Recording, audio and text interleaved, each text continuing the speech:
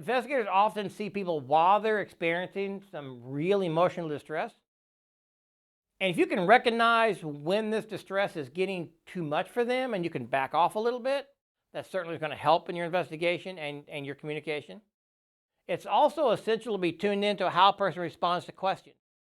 You may infer that a person is lying based upon certain things that they do.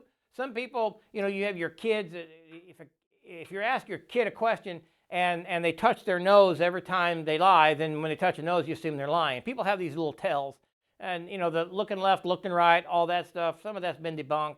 But if you talk to somebody for a while and build a rapport, and you know how they act and what they say, and then they change that, not only as in the physical aspect, like I said a while ago, but also in verbiage, then there's been a change there. And so why? You're hitting on something solid.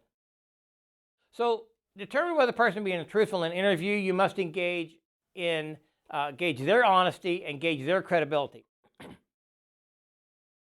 Everybody's going to lie to us, right? That's what we think. And a lot of times that's true. They're going to lie to us.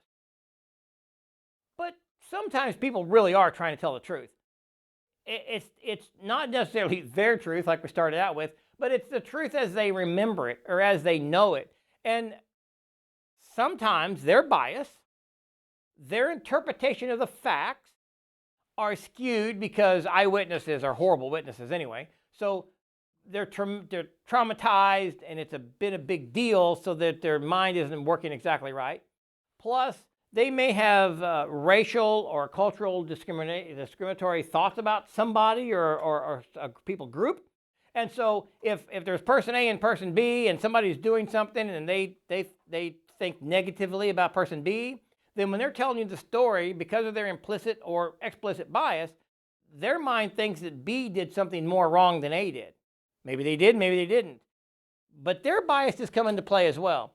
And it doesn't necessarily mean that they're lying on purpose, but you've got to kind of feather through some of that, continuous conversation, and learn to pick up on these cues that somebody is lying to you or they have a bias against a certain people group.